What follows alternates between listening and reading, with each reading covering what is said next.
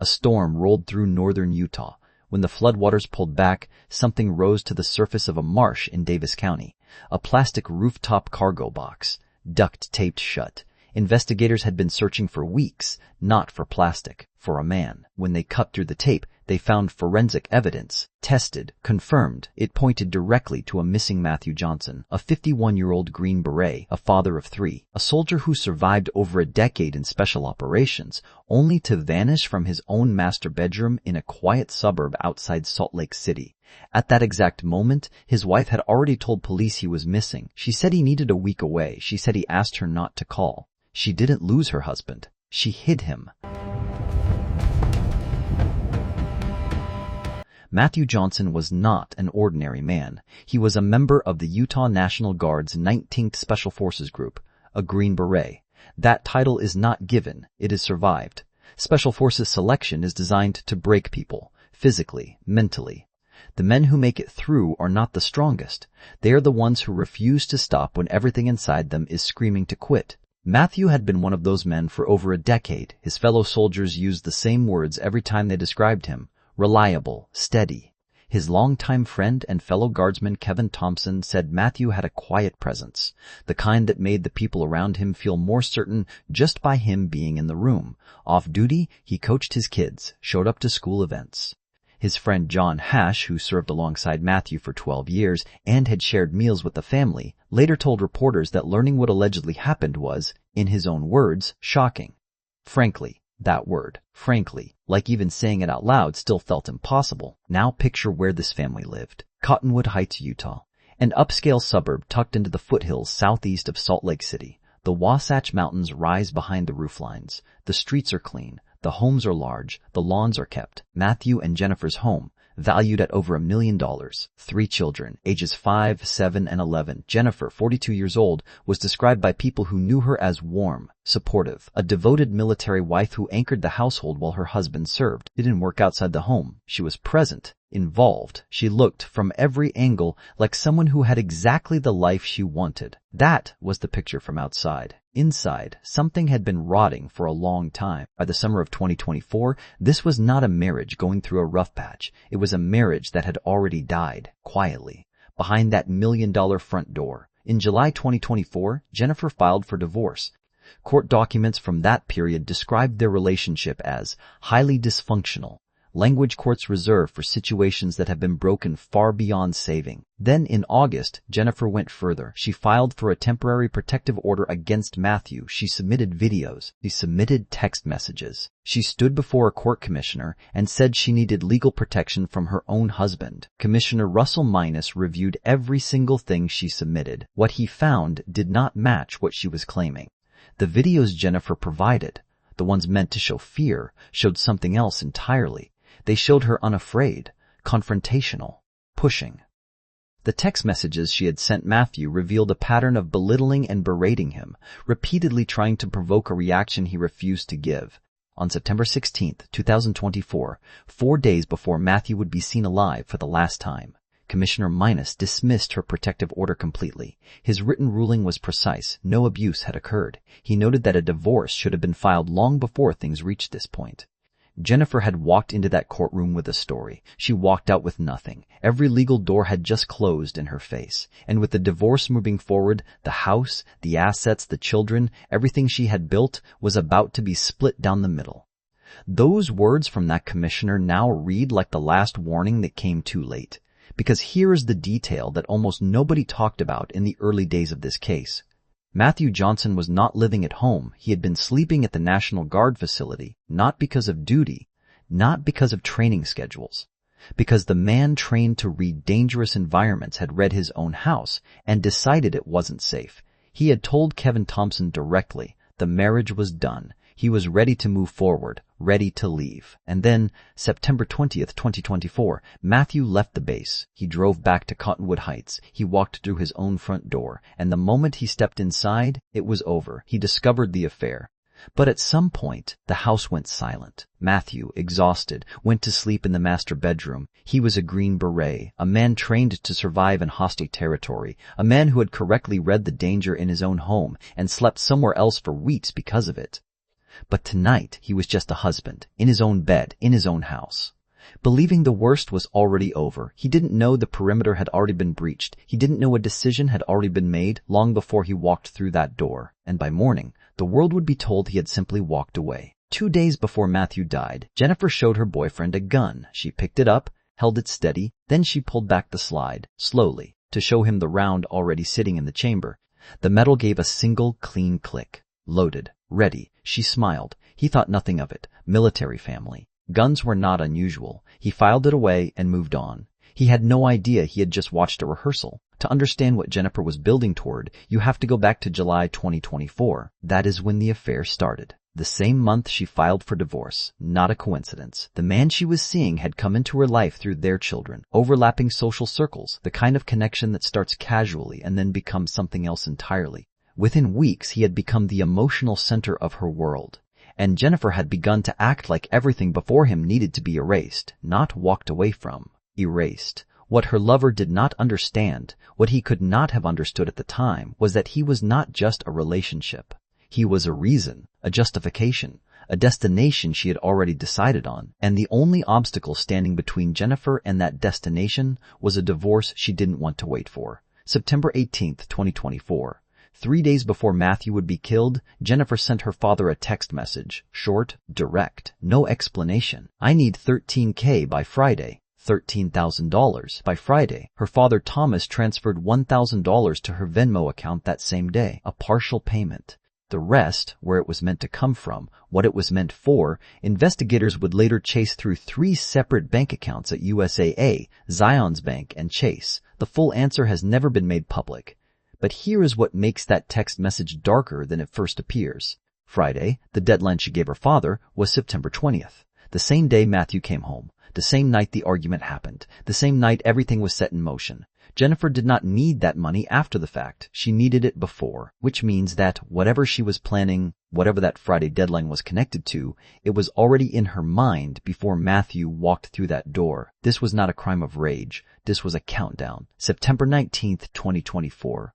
1 day after the money request, 2 days before everything went dark, Jennifer brought her lover to the family home. At some point during that visit, she walked him to where the Glock was kept. She picked it up, and she pulled back the slide, the same deliberate motion, the same single clean click to show him the round already chambered. Loaded, ready, same as she would hold it 48 hours later. Prosecutors would later argue this moment was not casual. A woman in the middle of a bitter divorce, whose protective order had just been thrown out of court, who had a financial deadline tied to the exact night her husband would die, was standing in her family home showing her boyfriend a loaded weapon. She was not showing him a gun. She was showing him what came next. September 20th, 2024, morning. Jennifer called her parents. She asked them to take all 3 children for the night, ages 5, 7, and 11. She said she needed them kept for the day, maybe a little longer. She would be in touch. Her parents said yes. The children left. The house went quiet, and Jennifer waited. That evening, Matthew came home. He had been sleeping at the National Guard facility for weeks, not because of duty, but because a man trained to read dangerous environments had read his own house correctly. He had told his friend Kevin Thompson the marriage was over. He was ready to move on, but he came back because the divorce was moving forward and there were things that needed to be settled because this was still legally his home. He walked through the front door, and within minutes, the truth came out. The affair, the other man, everything Jennifer had been hiding behind the closed doors of that $1 million house. Matthew was angry, deeply, but he was not a violent man. The commissioner had reviewed months of evidence and found that clearly. So after the confrontation burned itself out, Matthew did what exhausted men do. He went to sleep. In his own bed, in his own bedroom, in his own house. He had survived Special Forces selection. He had served his country for over a decade. He had correctly identified the danger in his home and had been staying away because of it. Tonight, he believed the worst was already over. He was wrong. Sometime in the early hours of September 21st, 2024, the house was completely still. Matthew was asleep. Jennifer walked to where the Glock was. The slide was already back. The round was already there. The same round she had shown her lover 2 days earlier in this same house with that same deliberate click. She walked into the master bedroom. In the dark, the fatal decision was executed, a single moment that shattered the silence. The man who had refused to break during Special Forces selection, who had coached his kids on weekends, who had told his closest friend he was finally ready to start over, he never woke up. The house went silent again, but this silence was different from every silence before it.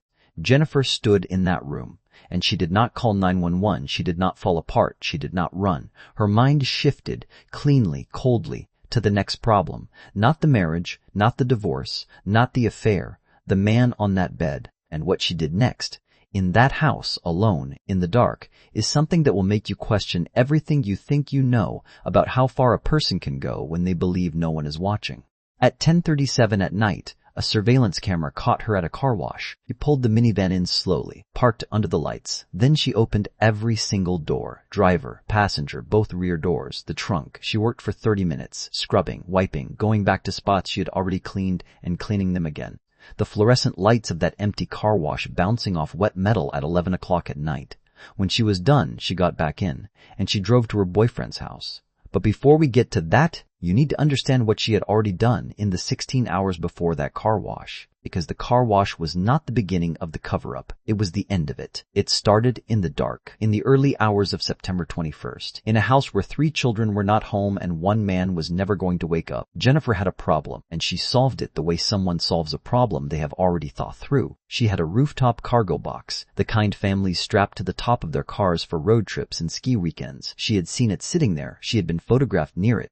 Her phone had pictures of it from before that night. She brought it inside. What happened next, physically, is something that investigators would later look at and struggle to fully explain. Matthew Johnson was a 51-year-old man, a soldier, not a small person, and Jennifer moved him, alone, in the dark, into that box. Former FBI agent who later commented on the case said this about shallow graves: "It is very difficult to dig a hole large enough for a human body by yourself. You get down a couple of feet and you are worn out."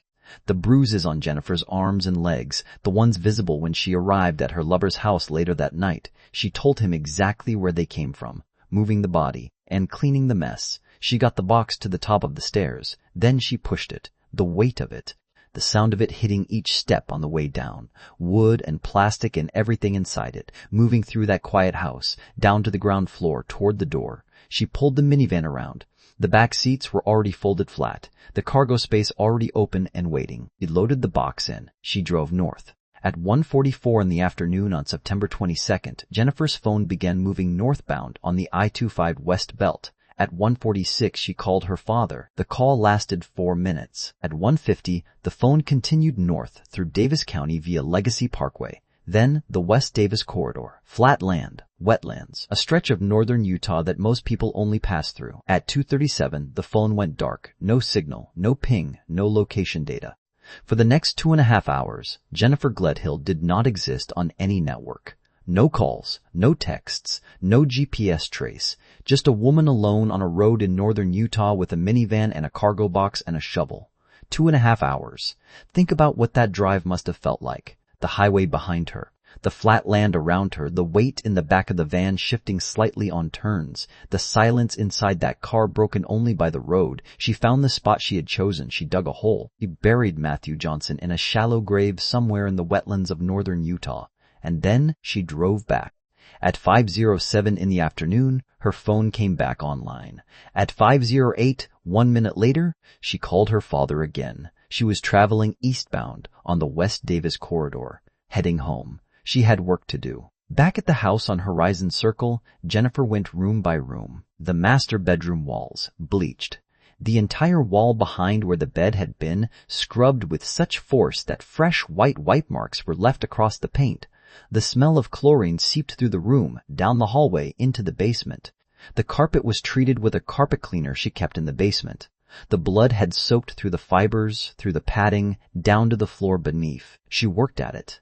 The stairs leading to the basement, bleached discoloration visible on the dark carpet of each step. Every computer in the house, every laptop, every electronic storage device, gone, removed and taken somewhere before police would ever arrive. Only the internet router remained, sitting in the living room, connected to nothing. Matthew's truck, she drove it to a residential street 3 miles from their home and left it there. His phone still inside, his presence still attached to it, as if he had just parked it and walked somewhere. Then she stopped at a Maverick gas station on Parish Lane in Centerville. The cameras there caught her too, at 10:37 that night. The car wash. Every door open, 30 minutes of scrubbing under fluorescent lights, a woman making sure nothing remained in the back of that minivan that could be found later. She left at 11:07, September 24th, 3 days after the murder.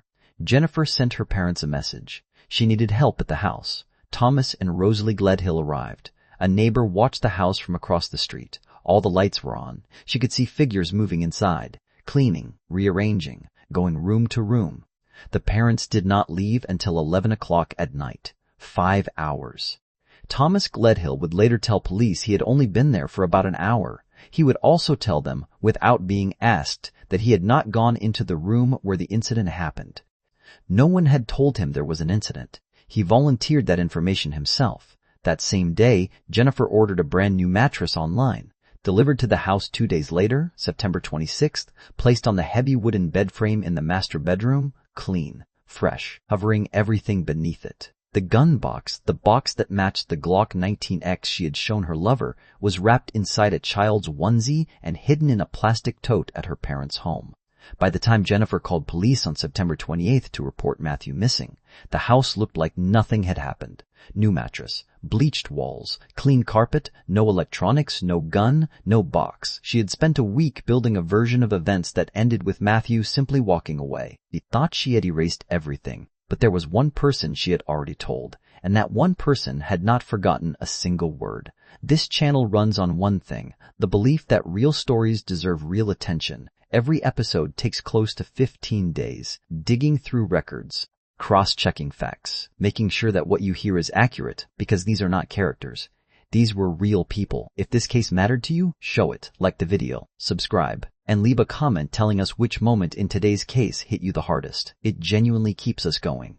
More cases are linked in the description below, each one researched the same way, with the same care. Now back to the case. She arrived at his door just before midnight. She was carrying art prints, her own, pieces she had made herself, painted, framed, personal, not something pulled off a shelf, something she had created with her own hands. She stood on his porch. Her arms were covered in fresh bruises, dark, visible. The physical toll of moving a grown man down a flight of stairs and digging into heavy Utah mud in the dark. She was not asking for ice. She was not asking for comfort. She was holding out her own artwork as a parting gift. That single detail tells you everything about how Jennifer Gledhill's mind operated. The physical work was done. The problem was behind her. And now, standing on a porch at midnight with bruised arms, she was already managing the next chapter, curating the mood, controlling how she would be remembered by the one person she was about to trust with everything. She told him she was probably going away for a long time. She wanted him to have something of hers. Then she sat down and she told him everything. She told him Matthew had come home on September 20th. That he had found out about the affair, that there had been an argument. She told him in the early hours of September 21st, she had taken Matthew's life with his own weapon while he slept in their shared bed. She told him about the cargo box, the stairs, the drive north, the hole she dug alone in the dark wetlands of northern Utah, the shallow grave. She said she had cleaned everything up, every detail, delivered clearly, without hesitation, without lowering her voice. And then she looked at him and waited. She expected one specific response. She expected him to say, "Let me get my shovel." That is not a figure of speech. She would later tell him directly, in writing, that if someone she loved came to her with a story like this, that is exactly what she would say. She would not flinch. She would not run. She would grab a shovel and help. She assumed he was built the same way. She had misjudged him completely. He was terrified. Not the kind of fear that breaks across a face, the kind that goes very quiet, very still, the kind that understands immediately, instinctively, that the wrong reaction in this room could be dangerous. He had just watched a woman describe murdering her husband the way someone describes fixing a problem at work. No trembling, no guilt, no grief, just a sequence of steps, completed, filed away. So he did not panic, he did not run, he did not reach for his phone in front of her. He held himself together, he nodded, he listened, he let her keep talking, and the moment she left, he started building a case. The WhatsApp messages began coming through. Jennifer had chosen the app deliberately. She believed the messages would vanish. He was typing and deleting from her side in real time, sending a message, then erasing it from her end before he could respond. She thought she was having a conversation that would leave no trace. What she did not know was that he was screenshotting every single message the moment it arrived. Her words appeared on his screen. He captured them. She deleted them from hers. One message came through. He grabbed it before it disappeared. I washed everything and vacuumed, and it's not an issue anymore. She was not talking about a stain. She was talking about her husband's blood. In the same thread, she told him what she had expected from him that night. She said she assumed he was like her, that if a friend came to her with a story like this, she would say, "Let me get my shovel." She said she would take it to the grave. She thought he understood her. He kept screenshotting. Every message she sent and deleted, he had it. Then he recorded a phone call. Jennifer could feel the distance growing. She called him. She needed to explain, to reframe what she had put in the room that night, to remind him of who she was before she had opened her mouth. He did not know the call was being recorded. He asked her, carefully, gently, if she understood how frightening what she had shared was. He framed it as hypothetical. If the roles were reversed, if he had done something like this and told her about it, would she be shocked? Her answer came without a pause. Not if they deserved it. Then she kept going. I always said I was like the Queen of Hearts in a past life. Off with their heads. If we could just round up the scum of this earth and put them on an island, or just eliminate them all, I could fix this country. Casual. Conversational. Like a strong opinion, not a confession. Then she caught herself. She said it was all hypothetical. She said he should not be afraid of her. She said, if you think I could even hurt a fly. And then, in the same breath, she said this, he's not a person anymore. He wasn't a person. He wasn't Matt anymore. Matthew Johnson had not been reported missing yet. No one outside that house knew he was dead. And Jennifer was already speaking about the father of her 3 children in the past tense. Already had reassigned him from the present to somewhere that no longer required her attention. In her mind, what she had done to him was not a crime. It was a correction. The recording kept running. 6 days later, Jennifer called the police to report Matthew missing. While she was on that call, constructing her story, choosing her words, building the version of events she needed the world to believe, the man she had trusted with everything was already preparing to walk into a police station. He had screenshots. He had a recording. He had her own words, preserved in real time, from a conversation she thought had disappeared. She had handed him every piece of evidence needed to dismantle everything she had built. She thought she had told one person her secret. She had told the entire case against herself. And the man she trusted with her darkest secret had been building a file against her the entire time. Bleach has a smell, but under forensic light, it has a look. Jennifer thought she had wiped the master bedroom clean. She had scrubbed the walls, treated the carpet, replaced the mattress, poured enough bleach through that room to strip the paint. What she did not know is that bleach does not destroy blood evidence. It hides it from the naked eye. Under Blue Star chemical spray in a darkened room, the blood does not disappear. It glows. Every white mark she had made on that wall, every spot she had scrubbed on that floor, every place she had worked so hard to erase, the chemical lit them up. The scrubbing itself had spread the evidence further across the surface. She had not cleaned the bedroom. She had painted a map. It started unraveling before Jennifer even filed the missing report. On September 25th, 4 days after Matthew was killed, a colleague at the Utah National Guard contacted police. Matthew had not reported for duty. His unit flagged him immediately. This was not a man who went silent. This was not a man who missed work without a word. They listed him as AWOL. And while Jennifer was still constructing her story, the man she had trusted with her confession had already been sitting on screenshots and a recording for days. He walked into Cottonwood Heights Police Department and handed investigators everything. Screenshots of messages she had deleted. A recorded phone call. A complete timeline. In Jennifer's own words. Before Matthew Johnson had officially been declared missing by anyone, detectives moved immediately. Search warrants went out. Jennifer's phone, her vehicle, the house on Horizon Circle. When investigators walked into the master bedroom, the new mattress was sitting on the heavy wooden bed frame. Clean, white, recently delivered, no box spring, just wood slats underneath. They pulled the mattress aside. They moved the bed away from the wall. The carpet beneath the right side, near where his head would rest, had a large circular stain soaked deep into the fibers. They cut a section out for the lab. Then they turned off the lights and sprayed the Blue Star. The wall behind the bed lit up. Every white mark, every scrubbed patch. The bleach discoloration running down the basement stairs in a pattern consistent with something heavy being dragged. The carpet cleaner sitting in the basement, still there, still damp. DNA analysis confirmed everything the imaging had already shown. Matthew Johnson's blood, exactly where his head would have rested when he slept. The bedroom told the first story. Davis County told the second. Investigators followed Jennifer's GPS data north along Legacy Parkway, through the West Davis corridor, into the wetlands near Farmington Bay. They brought K-9 units. They brought drones. They sent search teams wading through thick Utah mud. They found the foam mattress, the pillows, the family rug all bundled together and discarded near the wetlands. Detectives pulled up a photograph from Jennifer's own phone. Taken in 2023, Matthew Johnson sitting on a couch next to that same rug. Same pattern, same material. The rug she had wrapped around the evidence of his murder was the same rug he had been photographed sitting beside, alive, a year earlier. But the rooftop cargo box? Matthew Johnson himself? Nothing. Despite K-9 units, drones, and forensic teams tearing through Davis, Weber, and Box Elder counties, all the way north to the Utah-Idaho border, Matthew's body has never been found. Jennifer had chosen her location with terrifying precision. She didn't just bury her husband, she erased him. She left investigators with a house full of blood and a grave that exists somewhere in northern Utah, still unmarked, still unfound, still keeping her secret. The forensic case against her was built not from a body, but from the blood she could not fully clean, the digital trail she could not erase, and the words she had already spoken out loud.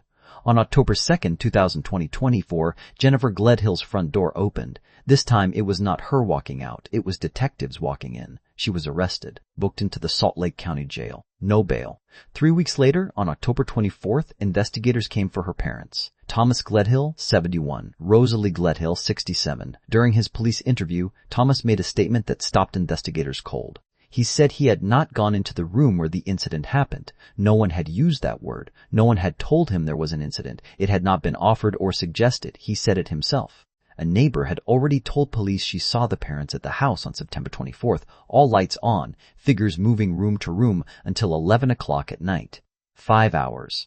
Thomas had told police he was there for less than an hour.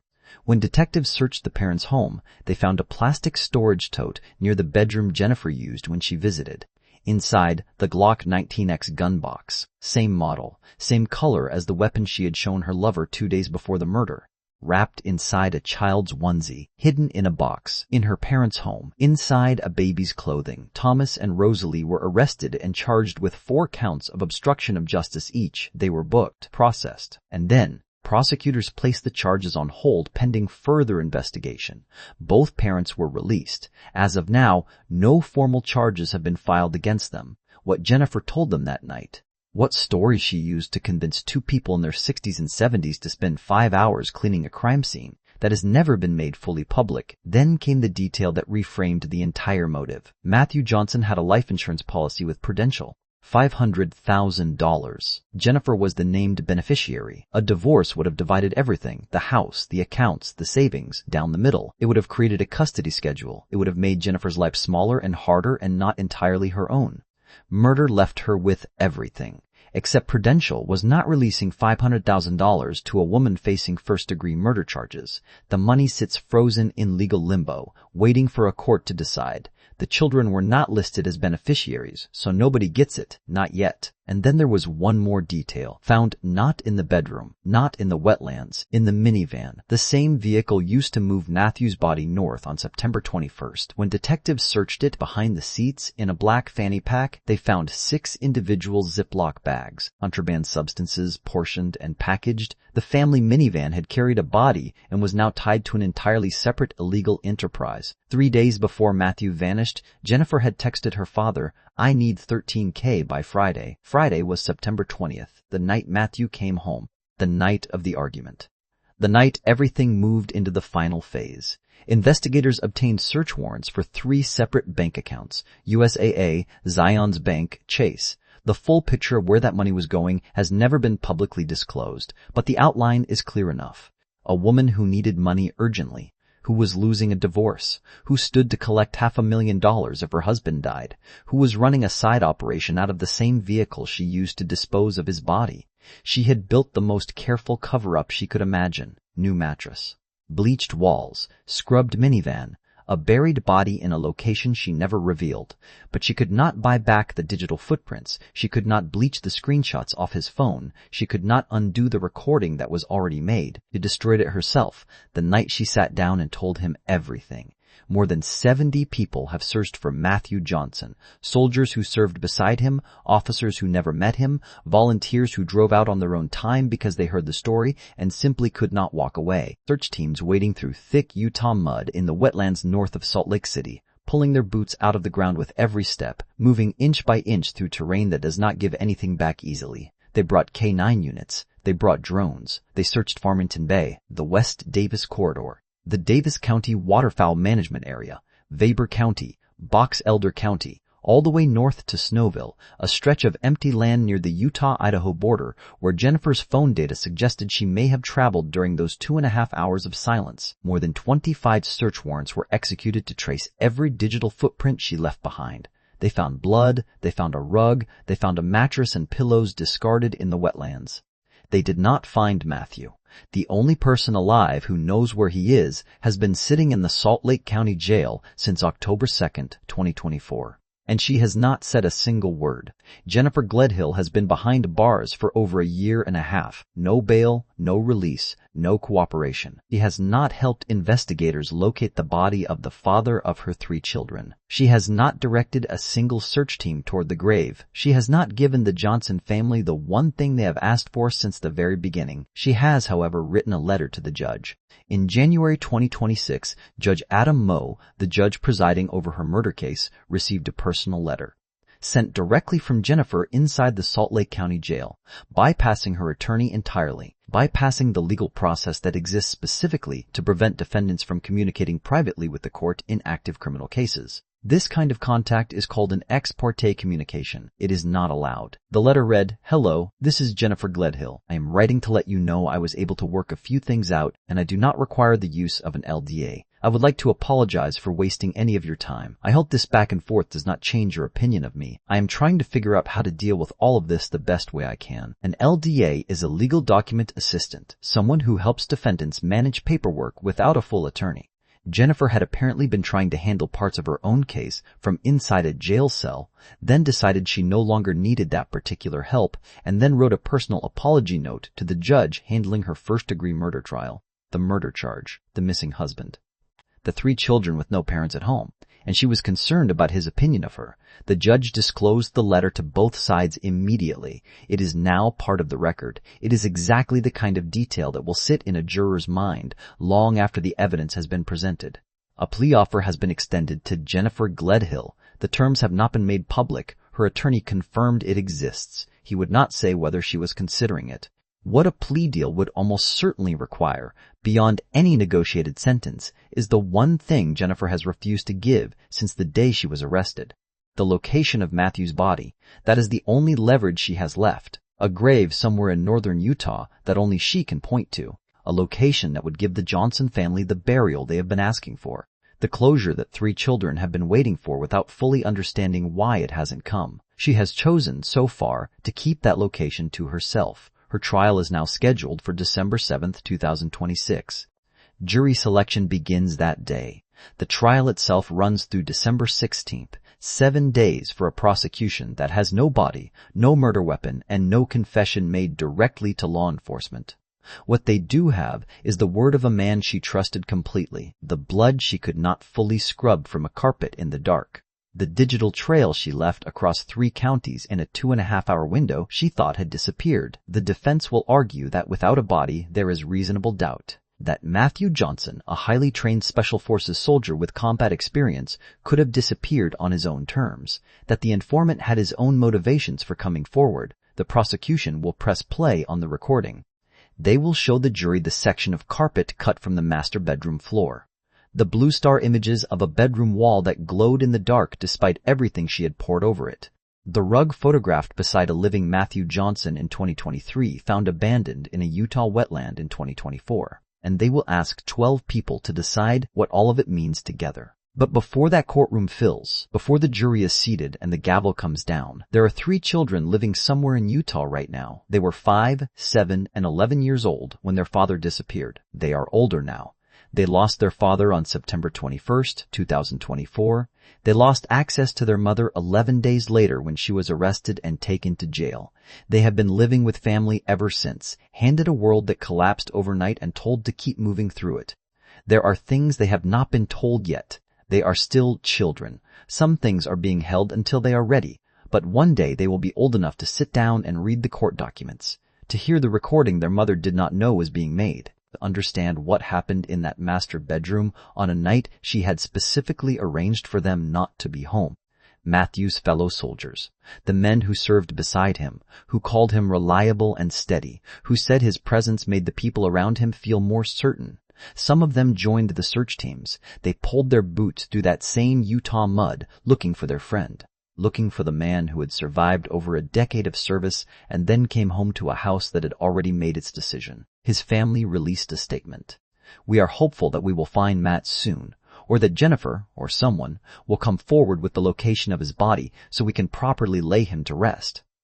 That statement has been sitting unanswered through 2 winters now, somewhere in northern Utah, in a stretch of wetland or open ground that only one person on this earth can point to. Matthew Johnson is still there. No marker, no headstone, no ceremony. Just a grave that has outlasted the searches, the warrants, the court hearings, and the seasons, still holding its secret while a courtroom in Salt Lake City prepares to decide what happens next. He was a Green Beret. He survived things most people never face. He coached his kids. He showed up. He was the man people called when they needed someone they could count on. He deserved to come home. And the most unbearable part of this entire case, the one detail that stays with you long after everything else fades, is this: someone knows exactly where he is, and she's not talking. Do you think Jennifer will accept a plea deal before December, or will she take this to trial and force the prosecution to prove a murder without a body? Matthew's body has never been found. Do you believe she will ever reveal the location? And if so, what would it take? His 3 children will grow up one day and read everything about this case. What do you think justice looks like for them? And is there any verdict that actually gives them that?